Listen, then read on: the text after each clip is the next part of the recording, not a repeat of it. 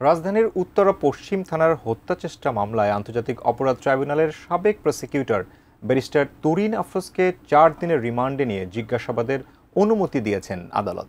অন্যদিকে রিমান্ড শুনানিতে আদালতে নিজের পক্ষে নিজেই যুক্তি তুলে ধরেন ব্যারিস্টার তুরিন আফরোজ।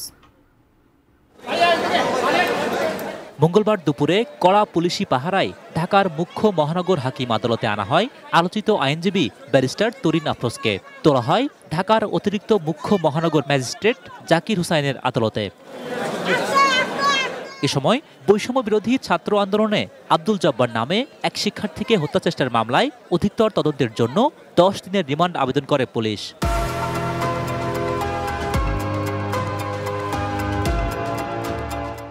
এই মামলার যিনি বাদী আব্দুল জব্বার, তাকে তার মেরুদণ্ড এবং তার কোমরে গুলি করা হয় এবং সে ভাগ্যের জন্য সে বেঁচে যায়।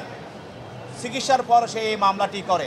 রিমান্ডের পক্ষে যুক্তি তুলে ধরে ঢাকা মহানগরের পিপি ওমর ফারুক ফারুকী অভিযোগ করেন, বিরোধী রাজনৈতিক দলের নেতাকর্মীদের হয়রানিমূলক মামলার অন্যতম সহযোগী ছিলেন ব্যারিস্টার তুরিন আফরোজ।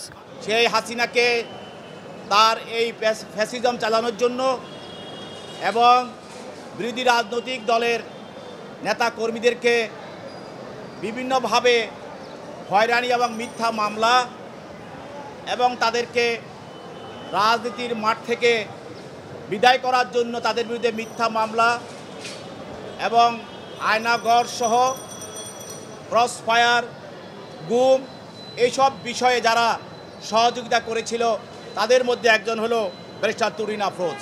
এদিন রিমান্ড শুনানিতে নিজের পক্ষে নিজেই যুক্তি তুলে ধরেন ব্যারিস্টার তুরিন আফরোজ। দাবি করেন আন্তর্জাতিক অপরাধ ট্রাইব্যুনালের বিচার কাজে জড়িত থাকার কারণে হয়রানিমূলক মামলায় জড়ানো হয়েছে তাকে।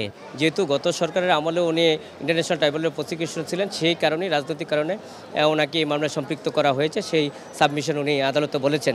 উভয় পক্ষের যুক্তিতর্ক শুনে তুরিন আফরোজকে 4 দিন রিমান্ডে নিয়ে জিজ্ঞাসাবাদের অনুমতি দেয় আদালত। জাহিদ হোসেন, এটি নিউজ, ঢাকা।